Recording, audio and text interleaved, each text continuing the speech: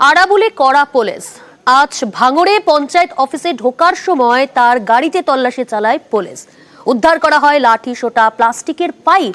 আর এই ভিডিও প্রকাশ করেছে পুলিশ।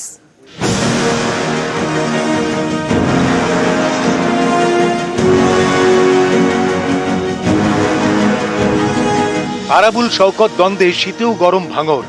এরই মধ্যে বৃহস্পতিবার আরাবুল ইসলামের গাড়ি থেকে উদ্ধার লাঠি সোটা।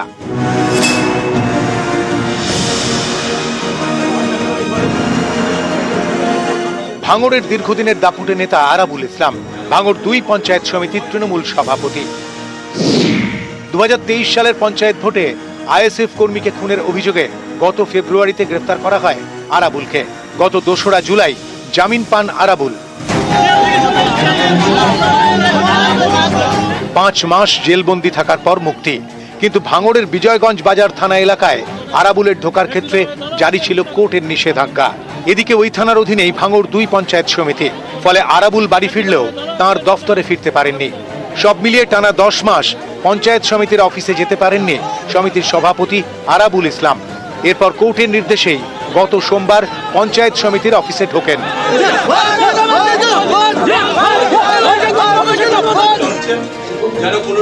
বৃহস্পতিবার সকালেও পঞ্চায়েত সমিতির অফিসে যান আরাবুল ইসলাম। তখনই পুলিশের তল্লাশি। এই তল্লাশিতে কিছু উদ্ধার হয়নি। এরপর অফিস চত্বরে ঢোকার পর ফের আরাবুলের গাড়িতে তল্লাশি চালায় উত্তর কাশীপুর থানার পুলিশ। তখন উদ্ধার হয় লাঠি সোটা, প্লাস্টিকের পাইপ। এর ভিডিও প্রকাশ করেছে পুলিশ। তাদের বক্তব্য, গাড়িতে কি কারণে লাঠি সোটা মজুদ ছিল তা খতিয়ে দেখা হচ্ছে। আরাবুলের সঙ্গে থাকা তৃণমূল কর্মী সমর্থকদের এদিন পঞ্চায়েত সমিতির অফিসের সামনে থেকে সরিয়ে দেয় পুলিশ।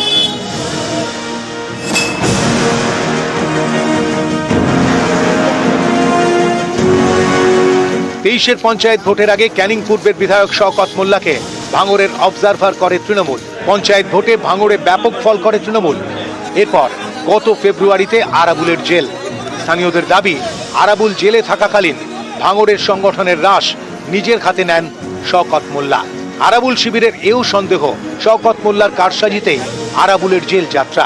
আরাবুল জামিন পাওয়ার পর থেকে একাধিকবার গরম হয়ে উঠেছে ভাঙড়। গত সেপ্টেম্বরের শেষের দিকে ভাঙড়ে একটি কর্মী সভা ডাকেন শওকত মোল্লা। অভিযোগ, সেখানে আরাবুলের অনুগামীদের উদ্দেশ্যে হুঁশিয়ারি দিতে দেখা যায় শওকত ঘনিষ্ঠদের। এরপরই গরম হয়ে ওঠে ভাঙড়। অভিযোগ, একের পর এক জায়গায় আরাবুল অনুগামীদের মারধরও করা হয়, ভাঙচুর করা হয় বাড়ি, অফিস। গত মঙ্গলবার রাতেও ভাঙড়ের কৃষ্ণমাটি এলাকায় বোমাবাজি হয়। আইএসএফ দাবি করে আরাবুল অনুগামীদের ভয় দেখাতে বোমাবাজি করেছে শওকতের লোকজন। পাল্টা স্থানীয় তৃণমূল নেতৃত্ব দাবি করেন অশান্তি পাকাতে বোমাবাজি করেছে আইএসএফ।